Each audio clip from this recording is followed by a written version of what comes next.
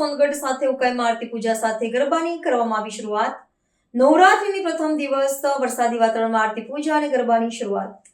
સોમવારે નવરાત્રિનો પવિત્ર પ્રથમ દિવસ તાપી જિલ્લાના અલગ અલગ તાલુકામાં ભક્તિમય વાતાવરણ વચ્ચે ઉજવાયો હતો।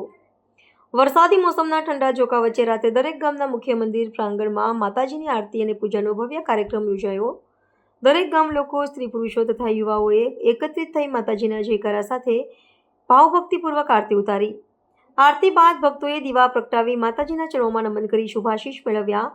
વરસાદી વાતાવરણ હોવા છતાં ભક્તોની શ્રદ્ધામાં કોઈ ઘટાડો જોવા મળ્યો નહીં, પરંતુ ભક્તિભાવ વધુ ઉર્જાશીલ બન્યો।